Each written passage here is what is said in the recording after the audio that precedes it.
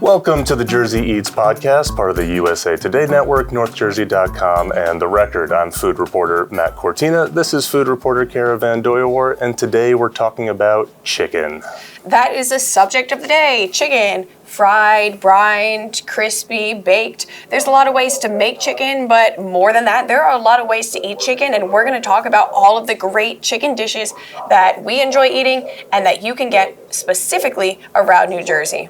I don't eat a ton of chicken when I go out to restaurants. It's like, particularly when you go to like a nicer like restaurant. Like a fine dining restaurant, you wouldn't. It sort of feels like a throwaway, and yet if you were going to have chicken at a restaurant, sometimes it's the best expression of it because they get it like farm raised and like the chef actually has to do things to make it taste good. Yeah, and like, no, totally. But I'm still not getting it. I don't get it either. I mean, I think most of you, when you go to a restaurant, are probably leaning more into like a ribeye or like spicy vodka seems to be like taking off lately too, even in fancy restaurants.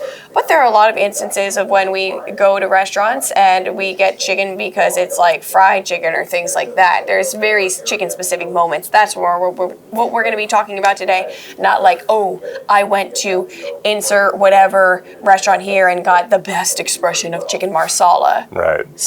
Right, because the ceiling on that is pretty low. Yeah. Chicken moments of chicken. What a wonderful way to phrase it. Chicken moments. What is your favorite chicken moment? Is it the nugget? Is it the chicken finger? Is it chicken parm? It would be when the sky did not fall. That's my favorite chicken moment. But literature. All right. And then let's actually use problematic social media to transition into chicken. There is a Facebook group in New Jersey called Jersey Chicken Parm Ratings.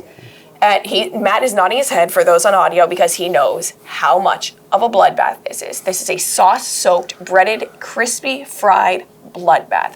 So I think there's like 60,000 members in there. There's a lot. And the way that Jersey Chicken Parm Ratings works is someone goes online, they post a picture of a chicken parm that they've eaten, and then everybody in the community rates it out of 10 the way that college girls rate hot guys. So you might post like Matthews is one that usually does pretty well, like you get like 8.1 out of 10 or whatever, like all these self-appointed chicken Portnoys saying, okay, Matthews is the ultimatum. Now, sometimes as in all the time, 99% of the time, I really don't see it going any other way. The comments are very, very nasty. So, for example, we had recently, this was probably a couple months ago, but it happens, I would say nightly. There was a woman, it's about my mom's age, so probably like mid-50s. She goes online and she says, oh, hey guys, like I couldn't get to Casano's or wherever today to get my favorite chicken parm. My daughter's visiting from college, so I went to the store, I got ingredients, I decided I would make it myself. Don't think I did so bad. Then she inserted a picture and put a smiley face. And the comments were, abortion could have prevented this. Like, bro, you need to chill the hell out because Debbie over here is just trying her best, trying to make dinner for her daughter, and you had to go on and just shit on someone's day because you don't like the color of the tomato sauce that she used. Not everything can be San Marzano in Italian Mount Vesuvio enriched soil. Like, goddamn. Like, good for you, Debbie. I see you and honestly look pretty damn good. I feel bad for Debbie. I also think that you can't go online and search for validation, particularly in a group like that. You have to be able to see what's coming. People are terrible. Yes. People are terrible online. Yes. Our worst impulses come out online. Flip it around. What are the best chicken parms? Well, we can go there. We should because they want to know. But I think it dovetails with, what has done really well on North Jersey Eats. Well, is that it is the chicken parm? Yes. So chicken parm is my second highest performing subject of all time after the garlic knot. You guys are super American Italian. Love it. So am I. Matt might also be because his name ends in an A. His last name, not Matt. He's not Matta. But Yes, so chicken parm is the biggest performer. My best chicken parm is the Casano's chicken parm in the pizza box. It's like a panko breadcrumb style chicken, super crispy, house vodka sauce, house stracciatella cheese, which is almost like the inside of a burrata, super melty, unfinished fresh mozzarella, a drizzle of olive oil, and some torn basil. It's the size of a pizza box. It's fantastic. Second place would be Matthews in Clifton, that's your classic red sauce parm, where it's kind of baked al forno. It has a little bit of char on top of the cheese, the way you would see on a big Costco pizza, the little like brown dots. And third for me is Verona in Norwood. We have a super high-end fine dining chef slow roasting his tomatoes 6 hours before even making the sauce, and then putting like a plethora of imported Italian cheeses on it. Those are my top 3. I did a recent countdown on it. Hold the thought, I love you, but I need to say one more thing. Then that'd be great. Also, the current one that's performing really well, I just posted like 3 weeks ago, is Third Proof in Montville, is doing 4 different chicken parms right now, and that's probably going to hit 1 million views, I think, by the end of the day. What are the 4 different chicken parms? Yes, 4 different chicken parms. Marinara, drunken vodka, lemon, which is like a Sicilian play, and then buffalo chicken, which is my favorite, with the house dill ranch. Dill ranch? That's terrible. Why? No, that's not true. Me and Matt went to the nugget spot together. It's like an all-chicken nugget restaurant in Chatham, and they have a sauce. One of their 12 house-made sauces is a Mr. Dill aioli, and it's pickle sauce, and you said it was good. Yeah, I will eat any food. It's just dill is the devil for me. It just does not work. There are very limited examples where I might say this is okay. And most that was one time. In most places that it would be okay, it would be like Nordic food. Like in a lot of Nordic dishes with like cured fish and things. Sure, yes. Oh, or they got the one at the State Fair, the pickle pizza, where it's like the house-made dill sauce on the bottom. Then you got I don't need it. Just regular pizza's fine. Sliced pickle. Don't need that. Casano's is fantastic. Chicken parm. It's the best one, guys. It's the best one. But like chicken parm has a huge range. Like you can get one like the one at Casano's, or like it can just be soggy and the chicken can be super tough, and it could just be like the breading could be all disintegrated, and it's like the freaking baby terrible. Shower chicken parm, or the country club chicken parm, or the football dinner. Yes, weddings. Any place where they have like a where it's just like steeping in its own juices and it just can't. Yeah. And I think that's why we're seeing the death of the red sauce parm, and we're really going more into vodka, because the thing with red sauce is it's so thin, it's gonna run watery down the sides, go to the bottom of the cutlet, and soak the breading everywhere, and we have a soggy mess. Vodka sauce is firmer, it sits on top of the cutlet most of the time. It's not as damaging, I don't know. Yeah. Not as destructive. Yeah. Okay. We moved from chicken parms to another fried chicken. No, they're crying. They're crying out there. They're like, talking about chicken parm for the whole 20 minutes. We probably could, but we won't, because we picked such a audacious topic here. Yeah. That's why I have my phone with the notes. That's right. Chicken wings. Are you boneless? Yes. Are you bone-in? Okay, so I like... both are good. It depends on the context? Yeah, both are good. If it's Korean fried chicken, I'm bone-in. That twice fried, double fried, sweet and spicy, or soy garlic, amazing. Like Pek Pek in Teaneck, or Bloom chicken in Hackensack. I'm bone-in. Like, oh my God, that's so good. The twice fried shell is almost like that McDonald's chicken nugget shell. It just like breaks like a candy apple. Whew, yeah. Flats, drumsticks, any preference? I find it hard to eat the No, not drumettes, not drumettes. Flats. I love all that like skin on there. It's so good. Yeah. Yeah, once you figure out how to do it, like it's just it's messier than the drumstick variety. If you're going for boneless wings, where are you going for that? Okay, so this is really fun. I go to Bloom Chicken in Hackensack. The chef used to work in Michelin restaurants in New York, and so he has this very fancy box of boneless wings called the Boneless Heaven, which has 5 rows of different flavors of boneless bites. It looks like a fancy like macaroon box. You would get it at some place called something Paris in New York. And anyway, so it's 5 rows of different flavors of boneless chicken, and the flavors are elevated, like citrus honey or, Korean barbecue. And then you get one side across the bottom, usually go for the truffle fries. But like it's this gorgeous box, and it's a really great branding, and then the food is obviously fantastic. Well, you would hope so at that point. Yeah. The boneless wing is different from the chicken nugget in that it's a whole muscle in the wing in theory, but sometimes in execution they just give you a ground mush of stuff and call it a boneless wing. Yeah. Okay. So chicken nugget for me is ground and reformed into the shape of a nugget, like what you would find at Burger King or McDonald's. Yes. I would not say that there's a restaurant home making those in New Jersey. If you're seeing nuggets in New Jersey on a menu, it's generally kind of like half a chicken tender. It's like a larger popcorn chicken. Yeah. That's what we see at the nugget spot, where they offer like a bunch of different quotation mark nuggets. They're kind of like cutlet bits, but they're good. They have like a pretzel one. They have the nugchos, which are nugget nachos that we tried, and it was good.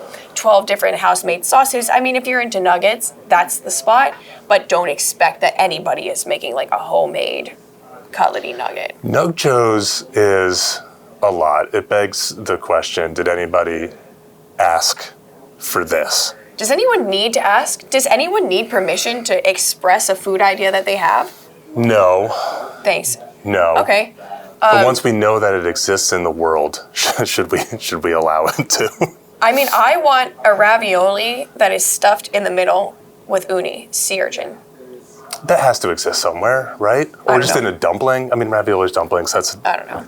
that's for another day. We need to circle back to wings because I know that you guys love them a lot. So I just want to name like 2 spots that are really, really fun.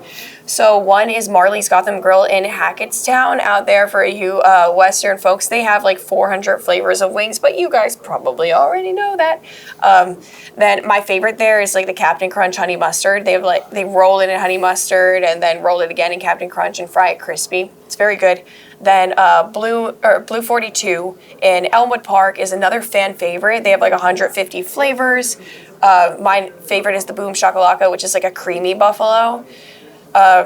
I had posted a video there that did really well on North Jersey Eats that said, oh, this New Jersey restaurant has 150 flavors of chicken wings. And then 2 weeks later, Simone Biles posts one like, oh, this New Jersey restaurant has 150 flavors of chicken wings. And I was like, oh, Simone Biles just poached my content. But I don't care because she's cool.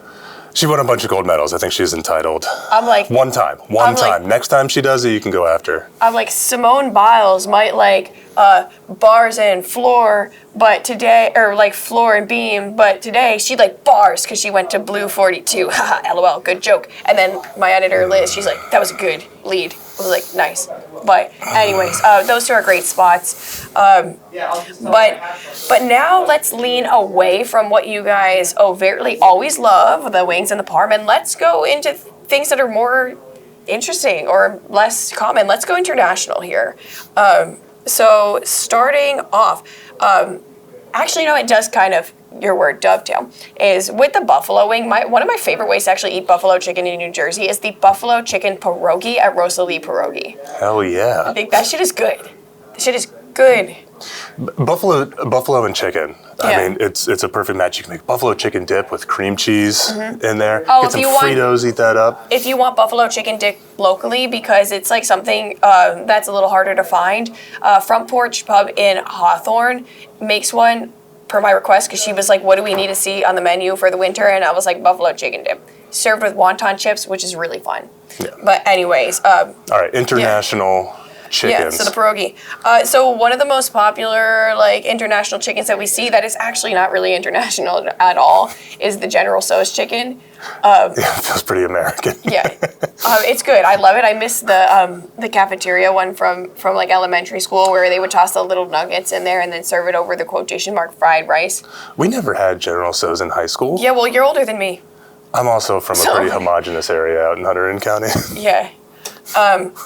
But if you want to segue into like, a Chinese dish that you guys might also love, if you like General Tso's chicken, the Chongqing chicken is a Sichuan style chicken of little fried boneless chicken bites tossed in like a dried chili rub. So it's hot and it's just delicious. You can get it at Paper Lantern in Montclair. Is a great place to have it. On another boneless Asian like little chicken bite, in Thai chicken, they have this thing called chicken rama that's essentially peanut butter chicken. It's little bites of chicken tossed in a peanut butter sauce that's livened up with some red curry heat. I like that at Kayang, which is also in Montclair.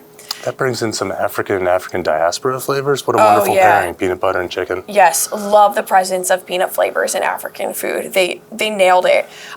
In Jersey City, last week I had a Honduran dish called pollo chucos, which is like it's a street food where it's fried chicken, house fried, over layers of thinly sliced fried plantains covered in like a pickled like cabbage slaw and a white sauce that kind of tastes like the halal guy's sauce. Cool. Okay, so then chicken katsu, the Japanese chicken katsu, super crispy. There is one at Domoto by Domo in Gloucester that will legitimately blow your mind. Like, nothing could be crispier than that unless it was a straight up bugle. So chicken katsu, pork katsu, had some in Hawaii. Like, oh my God. So when it's good, it's good. And Domoto is the referendum, like, oh my gosh, it is a katsu house. I don't even know if they do anything else, but like shrimp katsu, chicken katsu, like amazing. And then I'll give you one more on that. In Warwick, in Belleville, it just opened. It's in my top 5 new restaurants in North Jersey of the year. They're doing a chicken stew croqueta right now, which is delicious. You just bite it and it opens like a bomb, just like totally juices out. How do they compose that? I don't know. You're gonna have to ask Chef Roberto. I can do that. And then, so those are just some highlights, and we're running up on time. So if you want any more, DM me on Instagram. There's so many things I can find. I know like Filipino dishes. I can hit you with Georgian, but I want to give a shout out to Chicken a la King. I didn't exist on the earth at the same time as Chicken a la King, but I see what you were doing, and you looked really good. I would love to try you, but you don't exist. Anyways. Requiem for Chicken a la King. Oh no. Yeah. I don't know if you existed during it too. No, I didn't. He didn't exist either. If anyone's tried Chicken a la King, let us know where to get it, or let us know if it's worth it. But it's probably it for time this week. You can find this podcast wherever you find podcasts. Check out what we're doing at northjersey.com and follow us on Instagram at NorthJerseyEats. For VanDooijeweert, I'm Matt Cortina. That's right. And remember, New Jersey has the best food, so no matter how much you hate soggy chicken parm or an overdone chicken marsala, there's still a stall in the food court of the American Dream Mall making it better than anywhere else. We'll see you next week. See ya.